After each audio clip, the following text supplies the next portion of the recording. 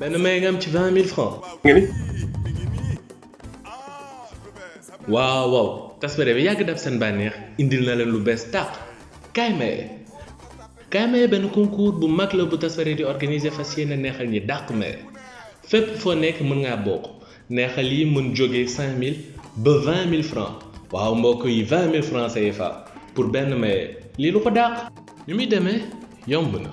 da nga ñuy yónnee sa maye par vocal WhatsApp ci 76 658 17 99 après équipe bu Tasbare bi dinañ tànn yan may la ñuy neexalee junni ba pare dugal leen ci application mobile Tasbare bi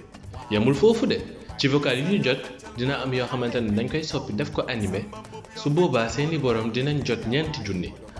mbokk yi wax jaa ngi noonu lii buuñaa la